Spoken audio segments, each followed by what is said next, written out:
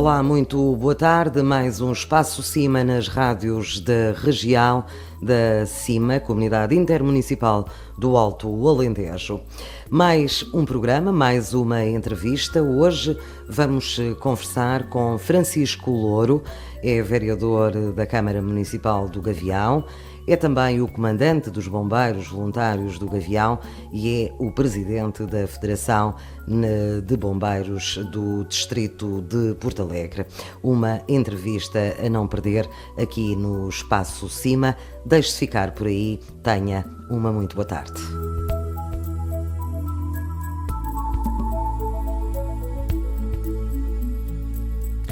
Estamos em mais um Espaço Cima da Comunidade Intermunicipal do Alto Alentejo, nas rádios da região. E como habitualmente, temos sempre, ou quase sempre, um convidado.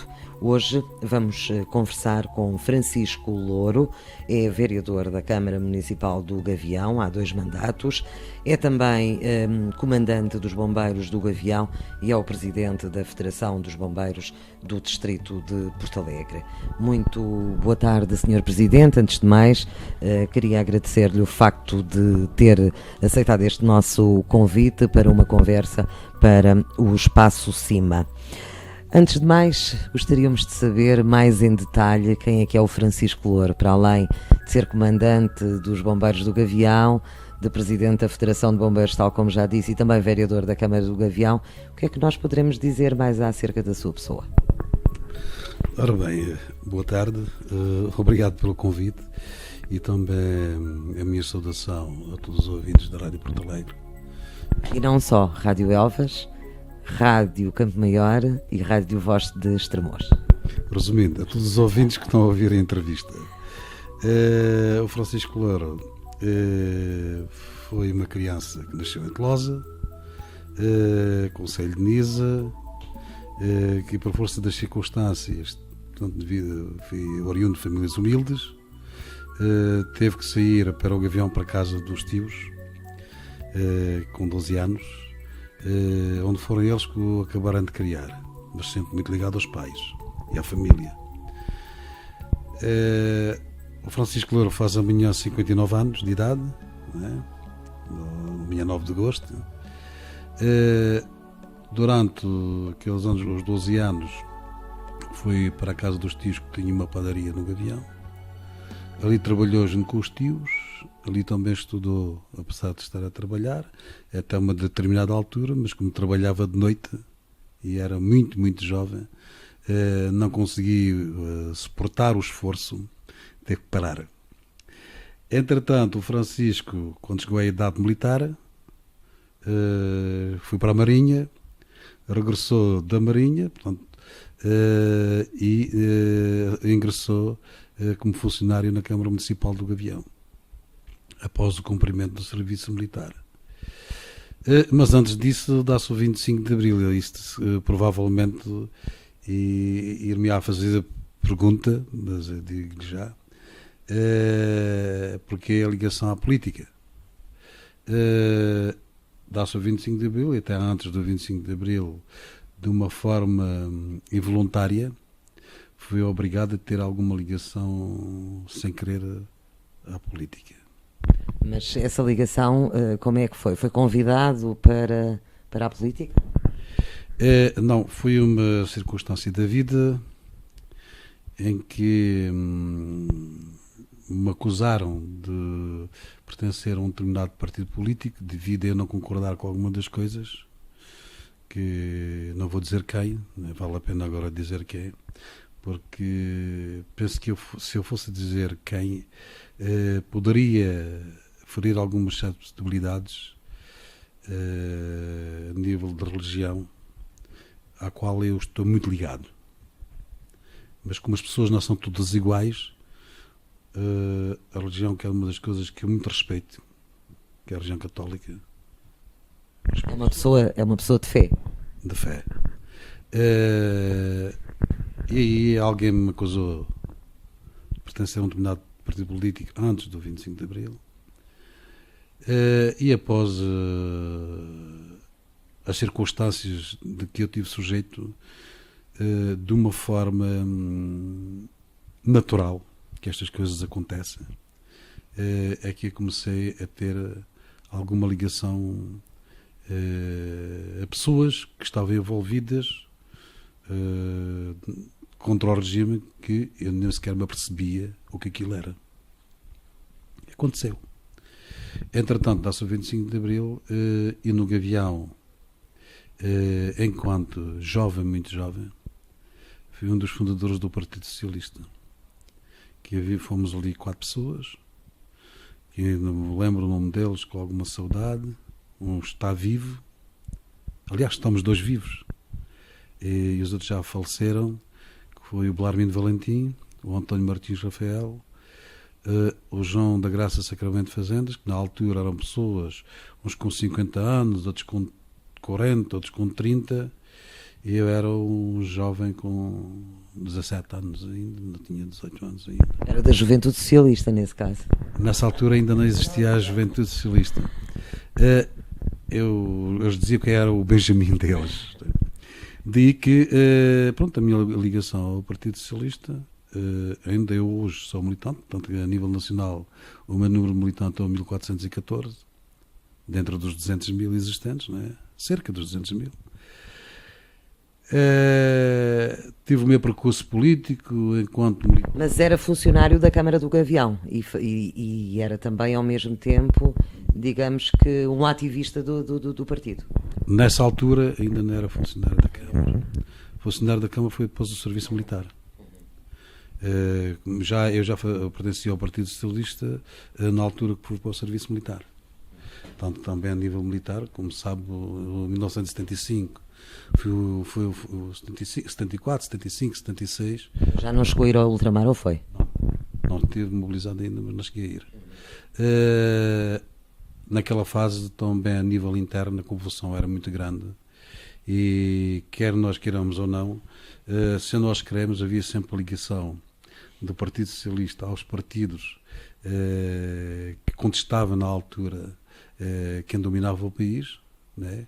Sabíamos que naquele tempo quem dominava o país e quem tinha muito peso também dentro das Forças Armadas era o Partido Comunista, e também, pronto, de uma forma serena e pela calada, nós nos organizávamos junto com o DP, o MRPP, o PSD, pessoas ligadas, onde nós fazíamos parte das associações militares, e a nível interno é que nós conseguimos e conseguisse combater provavelmente, e desculpa-me aqueles, não quero ferir também acessibilidade nenhuma, provavelmente uma nova ditadura no país.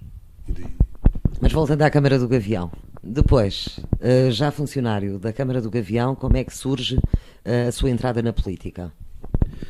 Bom, a minha entrada na política... Sei que teve várias funções dentro da Câmara. Sim, a entrada na política, na altura, eu já pertencia, como lhe disse, ao Partido Socialista, quando fui para a Câmara, enquanto funcionário.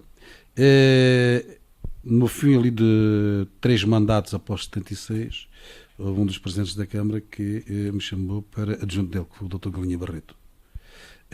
De seguida, pronto, com o Jorge Martins fui para chefe de gabinete e a seguir vereador. Portanto, o percurso enquanto militante do PS, enquanto pessoa que os outros é que poderão apreciar, não sou eu, ao longo da minha vida, penso que sempre desempenhei a minha função de uma forma transparente, porque para mim o partidarismo político era os 15 dias da campanha eleitoral, e a partir daí, para mim, eram todos iguais, ali não havia diferença entre os e os, como não há hoje. O tratamento é igual, sabemos que nas fases de campanha eleitoral cada um defende o seu ponto de vista, a sua tese, e há quem punha algumas pessoas adversárias de lado, mas isso comigo nunca aconteceu, nem acontecerá na vida, porque a minha forma de ser e de estar nunca me ensinaram isso, nem sou pessoa para fazer uma coisa desse género. E aí, pronto, a minha ligação à variação da Câmara até hoje. E teve 2 mandatos como vereador, vai acabá-lo dentro de 1 mês e tal. E depois, Sr. Presidente, como é que vai ser o futuro? Deixa a política, vai continuar? Podemos adiantar? Vamos lá ver. Pronto, quem faz aquilo que gosta, com certeza que nunca se afastará na totalidade. Mas há coisas na vida que, por vezes, quer a gente concorde ou não concorde com coisas que acontecem, isto faz parte do percurso da vida, principalmente da vida política. Poderemos, de alguma forma, temporariamente, afastar-nos e ir para a bancada, ver como vai decorrer o jogo. Isso quer dizer que vai ficar por aqui. Mas notei-lhe agora uma certa mágoa nessa resposta.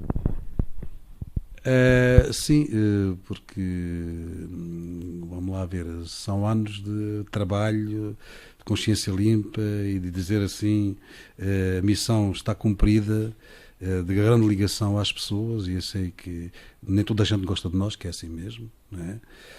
Mas sei que grande parte das pessoas no meu concelho, neste caso do Concelho de Gavião, noto que tem alguma admiração por mim, e eu sempre fui muito ligado às pessoas, tanto que fui ali praticamente criado por elas, não é?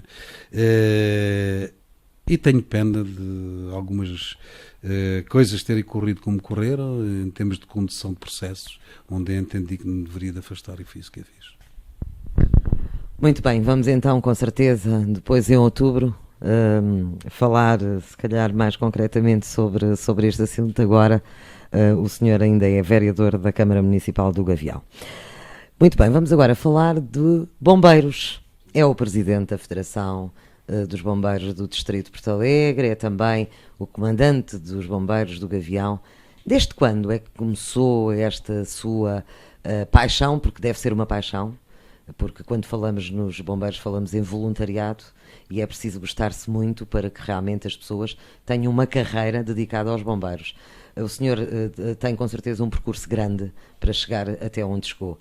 Como é que começou então o seu gosto pelos bombeiros? Bom, como ele disse há pouco, já que na política comecei muito jovem, nos bombeiros ainda comecei muito mais jovem. Mas quando era pequenino, quando lhe perguntava o que é que queria ser, dizia que queria ser bombeiro? Porque há muitos miúdos que respondem assim. Não, nunca me perguntaram isso. Nunca. Eu não me lembro de me terem perguntado isso. Lembro-me quando eu era muito jovem, na terra onde eu nasci, que é a minha terra natal, que eu também gosto muito do meu concelho de origem, não é? Que é o Concelho de Nisa, a minha terra que é Tolosa. Adoro. Tenho muita saudade das pessoas que já me faltam. Mas isto é a lei da vida, que é assim mesmo. Lembro-me bem, em Tolosa não havia bombeiros, os bombeiros eram em Nisa. E ainda bem não, quando havia um incêndio, às vezes num palheiro, numa arrecadação, era um miúdo ali com 8, 9, 10 anos, para aí assim, ainda estava em Tolosa, e tocava o sino da igreja. Ia logo a correr. E a família toda a correr, todas as pessoas, as famílias e tudo a correr, apagar o fogo com os baldos, ajudar. E ainda me lembro muito bem que havia e ainda existe aquela viatura em Nisa, que é o vencedor, e era o comandante Sena, o comandante dos bombeiros. E eu assisti algumas vezes os bombeiros, mesmo com os meios que tinham, que naquele tempo o vencedor já não era uma má viatura, era uma boa viatura, para os tempos de então.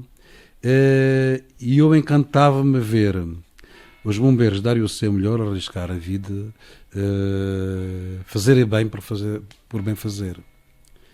Aquilo que se chamava, e que se chama muito, depois mais tarde devia conhecer esse nome, que é os Soldados da Paz, não há dúvida nenhuma que são mesmo os Soldados da Paz. E nessa altura apaixonei-me logo pelos bombeiros. Entretanto, com meus 12 anos fui para o Gavião, logo no ano seguinte, fins do ano seguinte, tinha quase 14 anos, e não tinha bem uns 14 anos, com o comandante Jaime Elias de Almeida, havia bombeiros no Gavião, quis ir para os bombeiros, da forma que há 41 anos que estou nos bombeiros. Daí foi o percurso dos bombeiros, desde essa idade, não é? Desde tinha praticamente os 14 anos de idade, até hoje. Disse-me... Exato, há 41 anos. E o que é que começou por fazer nos bombeiros? Com 14 anos não vai com certeza apagar fogos. Naquele tempo, portanto, era cadete, com 14 anos já se podia ser cadete, chamava-se cadete, naquele tempo que havia na carreira dos bombeiros, que havia os infantes, os cadetes, os aspirantes, os bombeiros de terceira classe, segunda, por aí fora. Na altura era cadete, mas eu sempre fui uma pessoa encorpada, pronto, com um físico robusto, com força, e trabalhava já nesse tempo. Pronto, era uma pessoa esforçada, já com algum esforço feito. E na altura o comandante, logo aos 14 anos, começou-me a aproveitar, que também eram poucos bombeiros. Naquele tempo, os bombeiros do Gavião tinham 11 pessoas, 11 bombeiros. E os fogos não eram tantos como é hoje, não é? As coisas eram completamente diferentes. Nesse tempo havia pouco mato, a floresta estava limpa, as hortas estavam limpas e havia um fogo ainda bem não. E nessa altura também já eu participava nos incêndios. Com batedores, com uma enxada, com assim, com umas bombinhas também de água. Não havia o mínimo de condições, mas já eu também apagava fogos. Entretanto, foi quando nós começámos a fazer a formação. Ainda me lembro que era um chefe do regimento de sapadores que nos vinha ali dar a formação. E ali aos 17 anos, era só quando podia, não podia ser bombeiro de terceira classe, sem ter os 18 anos. Mas na altura, quando meus colegas fizeram o exame, também participei no curso, aceitaram que eu participasse no curso. Aos 16 anos, por aí assim. Quando ali aos 17 anos, antes dos 18 anos, houve as promoções a bombeiro de terceira classe, e foi na altura que também autorizaram que eu fosse promovido, apesar de não ter os 18 anos. Pronto, a fundamentação, provas dadas, pronto, uma fundamentação bem feita pelo comandante, pronto, isso era da responsabilidade dele, e aí também foi promovido. E a partir daí foi o percurso. No fim de cerca de 8 anos depois, portanto, houve uma transformação grande dos bombeiros. Na altura, o comandante de então saiu.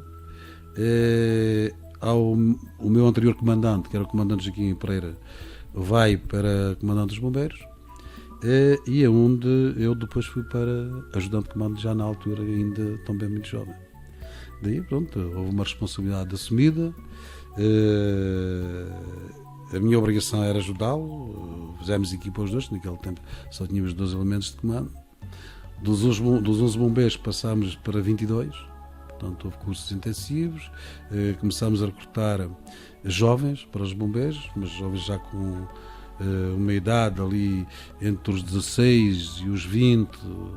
Conseguimos que durante ali pelo menos 6 meses dar um curso intensivo e para que o Corpo de Bombeiros começasse a ser transformado. A partir daí tive 27 anos depois no comando com o comandante Joaquim, que depois passei a segundo comandante mais tarde. A experiência da vida e a nossa participação nestas coisas dos bombeiros, tanto no combate aos incêndios, que as coisas depois foram se transformando, foram se agravando. Fomos tendo formações desde os meios aéreos a comandos operacionais, curso de comandantes e por aí fora. Portanto, que eu durante ali cerca de 12 anos, quando nós com o Gavião, numa determinada altura, estava em Lisboa, Val do Tejo, e havia os comandos operacionais. E durante ali cerca de 12 anos foi adjunto de comando operacional, que era na altura o Centro de Coordenação Operacional de Tomar. Éramos 4 elementos, que era o comandante e mais 3 adjuntos. E eu era um dos adjuntos do comando operacional. Isto na altura que o antigo comandante nacional, Gil Martins, era inspetor-geral de Lisboa e Val do Tejo.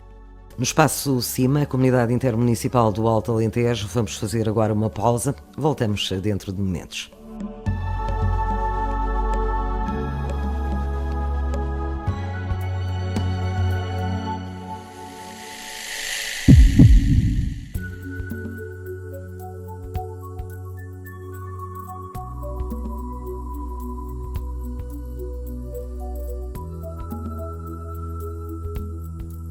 Já estamos de regresso, vamos então dar continuidade ao nosso programa.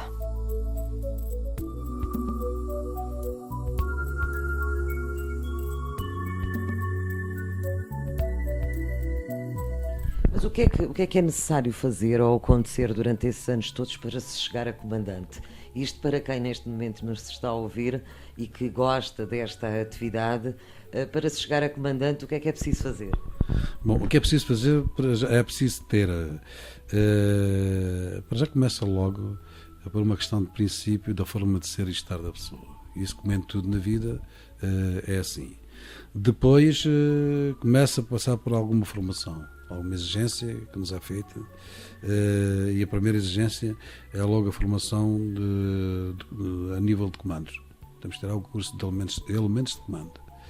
E mesmo depois de ser elementos de comando, tem que ter várias formações ao longo do percurso, que é isso que tem acontecido.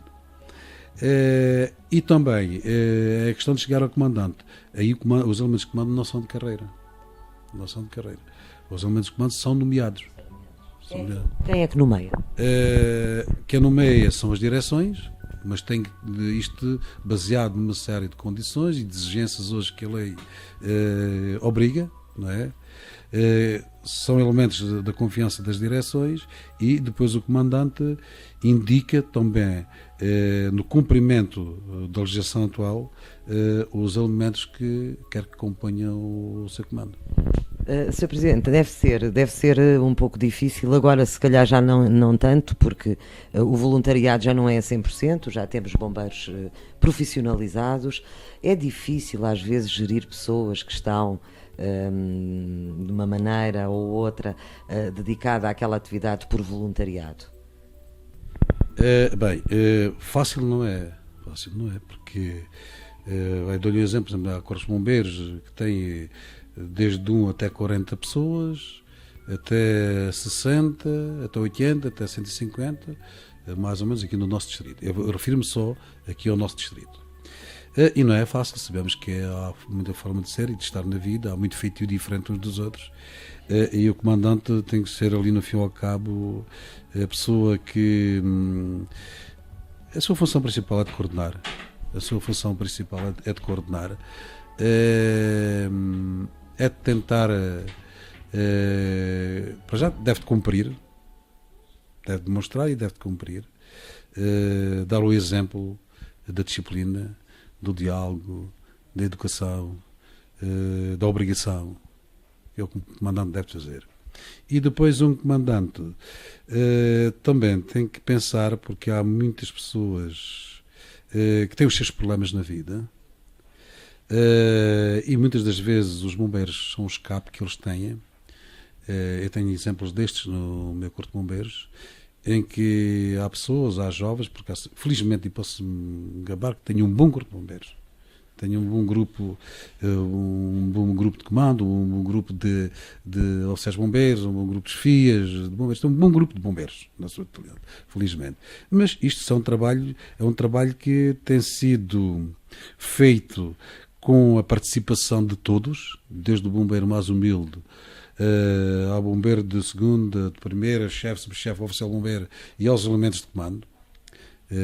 Posso ter orgulho que felizmente tenho um corpo de bombeiros bem organizado, participativo, mas também sei que há alguns problemas, como em todo lado, por ali, ao nível social, ao nível de comportamentos, e muitas das vezes há um por outro jovem que ingressa nos bombeiros, que muitas das vezes os bombeiros, e se as coisas forem bem conduzidas pelos elementos de comando e pelas chefias, alguns dos jovens que muitas das vezes pensamos que estejam perdidos através de alguma desorientação, têm sido recuperados e têm sido bom exemplo. Que ali o comandante tem que passar muitas das vezes, fazer de irmão, pai, mãe, psicólogo, sociólogo, assistente social, muita coisa. Pelas suas palavras e também pelo brilho dos seus olhos quando nós falamos dos bombeiros, nós sabemos que é uma atividade, Sr. Presidente, que dá muitas alegrias, quando se apaga um fogo, quando se socorre alguém de um acidente, mas também às vezes há muitas tristezas. Destes seus anos todos, destes 41 anos, quer referir alguma situação menos boa que lhe tenha acontecido? Algumas menos boas. Felizmente posso lhe dizer que temos tido muito, mas muito mais alegrias do que tristezas. Mas as alegrias passam, embora a gente se lembre de uma ou outra que nos marque mais, mas essas passem mais facilmente. Agora as tristezas, seja uma, duas ou três ou meia dúzia delas, essas nunca nós nos esquecemos. Já perdeu alguém? Felizmente até hoje no combate já temos tido acidentes, no combate a nível interno, no combate nunca perdi ninguém, felizmente. Felizmente, exatamente. E o senhor, como comandante e como presidente dos bombeiros, como é que encarou e como é que falou com os seus homens e mulheres, que neste momento também já vai havendo algumas mulheres, como é que conseguiu falar e qual foi a reação deles quando da morte deste bombeiro a semana passada, que deixou Portugal consternado, não é? Isto infelizmente, esta morte deste bombeiro, infelizmente é uma das situações que já nos vai habituando. E mesmo na formação, que nós felizmente, é uma das coisas que nós temos feito no meio Corpo de Bombeiros, é formação, treino, e no espaço da formação também as pessoas têm que ser mentalizadas, os bombeiros têm que ser mentalizados para encararem este tipo de situações. Este ano fui um. O ano passado foram 6 ou 7, no outro ano também é mais ou menos a mesma quantidade. Isto, infelizmente, dá uns anos a esta parte, para nós, que isto é uma guerra. Somos soldados de paz, o nosso inimigo é o fogo, que é assim mesmo. É um adversário muito traiçoeiro, talvez dos mais traiçoeiros que existe. Mas é uma das coisas que infelizmente já nos vamos habituando e ao longo da formação estamos habituados já a abordar questões desse género. Nestas situações tentamos, no fim ao cabo, evitar falar nelas. É já uma realidade que nós vamos encarando. Logicamente que se for uma situação a nível regional ou com vizinhos ou a nível local, claro que a conversa tem que ser outra, desde o apoio de psicólogos, conversa com as famílias, conversa com os bombeiros, não é? Aí a conversa é diferente. Mas quando é numa situação, pronto, que nos fica mais, não nos fica aqui distante de maneira nenhuma, mas que fica mais longe de nós, embora seja um marco e mais um marco que nos fica e mais uma mágoa que nos fica, mas muitas das vezes tentamos evitar falar nelas. O que nós aconselhamos muitas das vezes, sempre, aliás, aconselhamos sempre, é o cuidado com a colocação das viaturas no ataque ao incêndio, porque, como disse, o fogo é muito traiçoeiro. Na condução com destino aos incêndios e aos acidentes, na intervenção dos bombeiros, porque vale mais nós perdermos mais um hectare de floresta do que perder uma ou não sei quantas vidas. Porque mesmo que arda mais algum hectare de floresta, muito que as pessoas possam falar, porque os bombeiros se atrasarem um pouco, a floresta é floresta, mas as vidas é que nunca mais ninguém recupera. E é um marco muito negro que fica sempre na nossa memória. Desde quando é que o senhor é presidente da Federação de Bombeiros? Eu assumi a presidência da Federação dos Bombeiros, fez agora no dia 20 de janeiro um ano. Um ano. Portanto, ainda é pouco tempo, é um mandato de quanto tempo? O mandato são de 3 anos, mas eu fui vice-presidente da Federação durante 6 anos. E como é que está a correr este mandato? Este mandato, felizmente, também está a correr bem. É um mandato com muito trabalho, muito trabalho. Houve alguma reorganização da própria Federação. Como tem conhecimento, a Federação de Porto Alegre, mais a Federação de Évora e de Santarém, temos um acordo de parceria para o aproveitamento dos fundos do CREN. Está a falar esse acordo de parceria precisamente com a CIMA, com a Comunidade Intermunicipal do Alto Alentejo. Esse acordo de parceria também se estende acima. E porquê?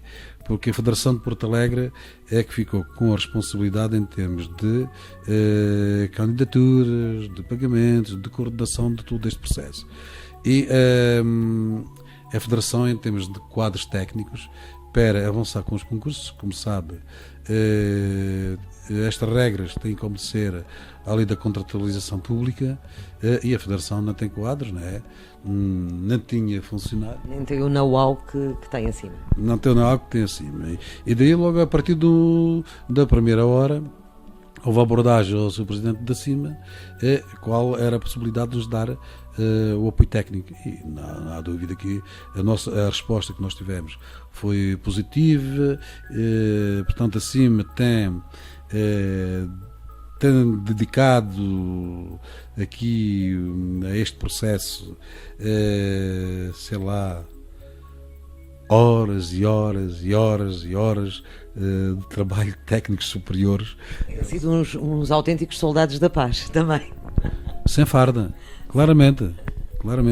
Estes funcionários, também incluindo o Presidente, até por acaso é o Presidente de uma associação de bombeiros, é Presidente de Câmara também. Também ele é um dos soldados da paz, um bombeiro sem farda. Porque não era possível nós levarmos este processo onde nós nos envolvemos, tanto a Federação de Porto Alegre, em conjunto com as outras duas federações de Évora e Santarém, não era possível levar este processo a bom porto se não fosse o apoio técnico da CIMA. Isto não era possível. No espaço CIMA, a Comunidade Intermunicipal do Alto Alentejo, vamos fazer agora uma pausa. Voltamos dentro de momentos.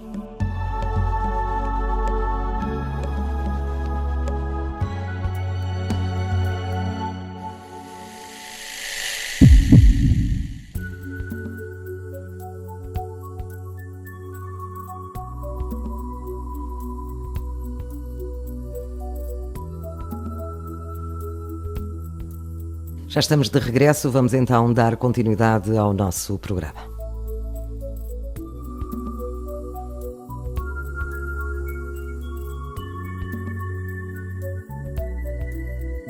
E falando agora de dificuldades, o país está como está, os bombeiros já há muitos anos que estão como estão também, porque diariamente vemos pessoas, comandantes, todos os dias a exigirem mais para os bombeiros. O senhor tem 41 anos de atividade, desta atividade. É evidente que há 41 anos as dificuldades eram outras. Qual é a maior diferença? Porque hoje têm carros para tudo, têm equipamento para tudo, têm também, se calhar, bombeiros que nunca... O número de bombeiros também é muito superior, mas estão constantemente a ter dificuldades noutras áreas.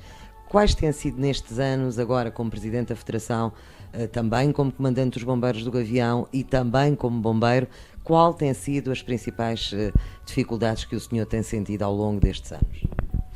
Em relação à sua pergunta, já lá vou, mas de qualquer das formas. E aproveito falando no equipamento. E como eu me referi do apoio da CIMA ao processo do CREN, é só para lembrar todos e para esclarecer os ouvintes de todo o auditório.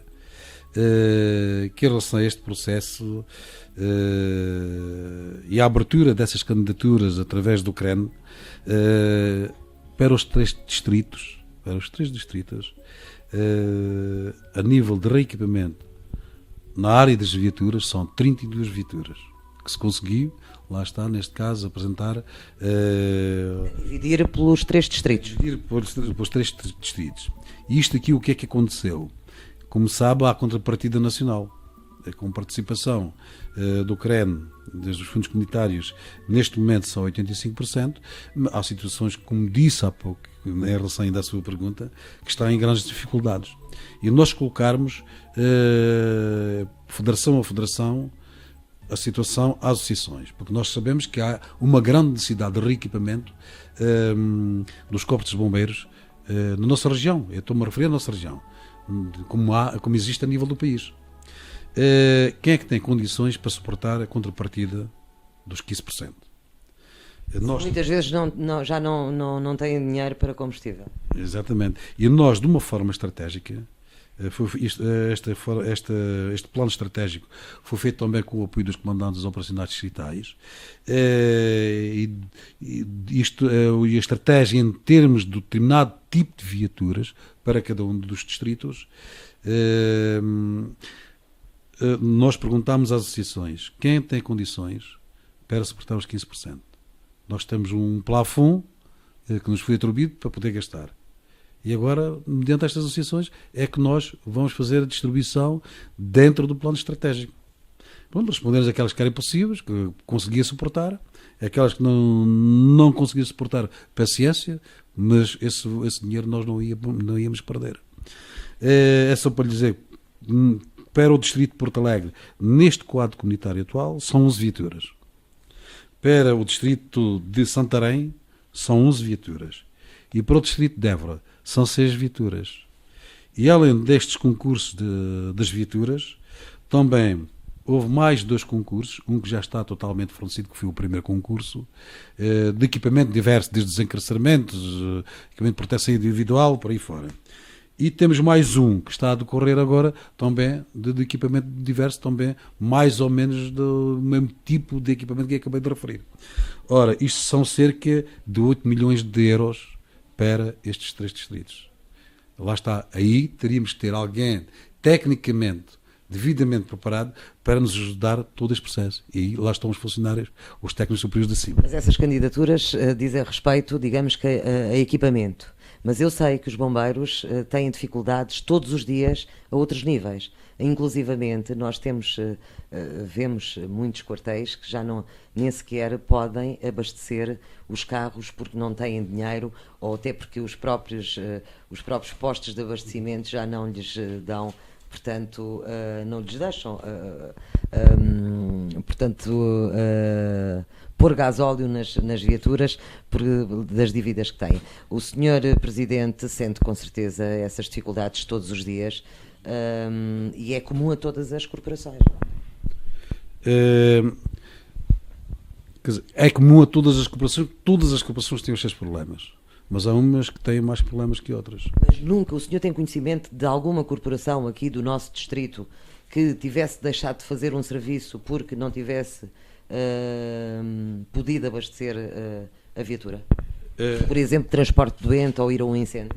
Não, felizmente, conhecimento de uma situação dessas, não. Sei que tem havido problemas complicados entre as associações e os fornecedores de combustível. Sei que há pagamentos em atraso, mas aí também tem havido alguma sensibilidade da parte dos fornecedores que não se tem chegado a esse ponto, não é? Ou a associação, de uma forma ou de outra, lá consegue arranjar algum dinheiro, ou através do apoio da autarquia, ou através de pagamentos que a própria associação tem em atraso, porque as associações têm dinheiro a receber, também não lhe pagam a tempo e horas, e as coisas têm-se conseguido ultrapassar. Para essa situação, uma situação dessa até hoje, ainda não tenho conhecimento. Mas que temos associações no nosso distrito com muitas dificuldades, temos, e aqui também quero fazer alguma justiça a algumas autarquias, algumas câmaras municipais, que estão sempre por trás das suas associações de bombeiros, e na hora mais difícil lá vão as câmaras municipais, apesar de também ser a sua obrigação, porque são eles os responsáveis da proteção civil a nível do Conselho. Mas há sensibilidades e sensibilidades. Há umas que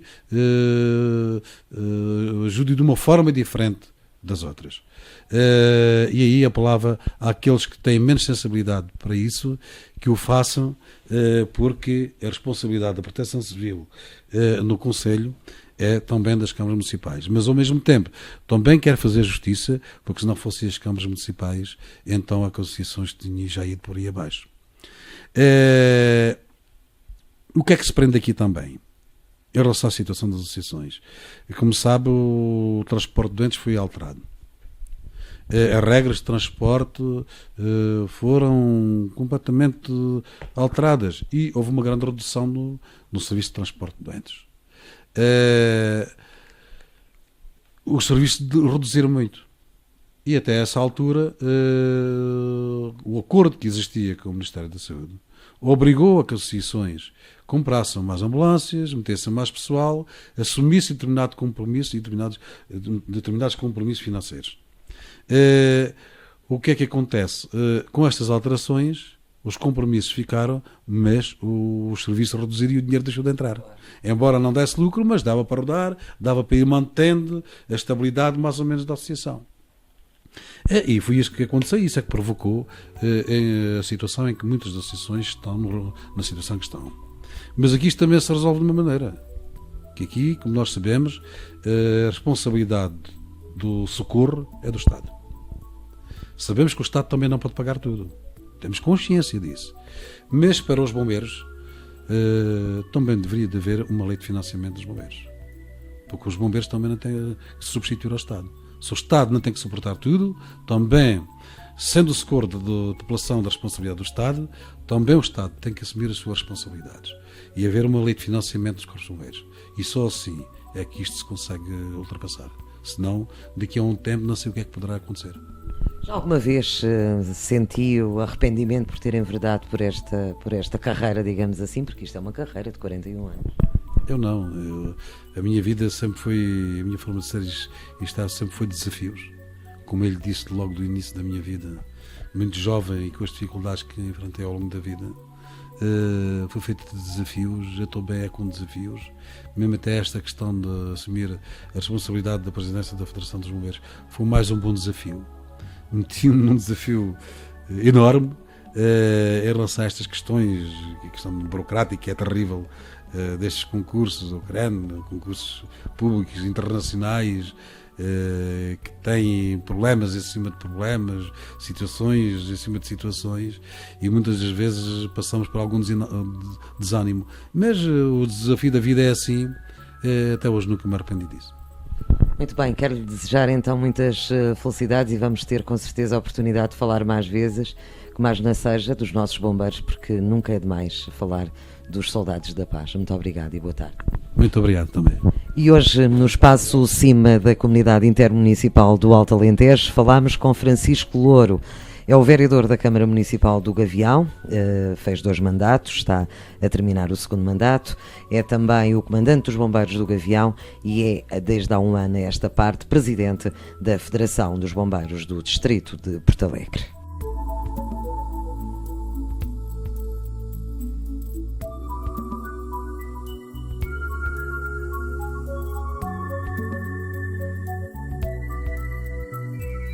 E chegamos ao fim de mais um programa do Espaço CIMA da Comunidade Intermunicipal do Alto Alentejo.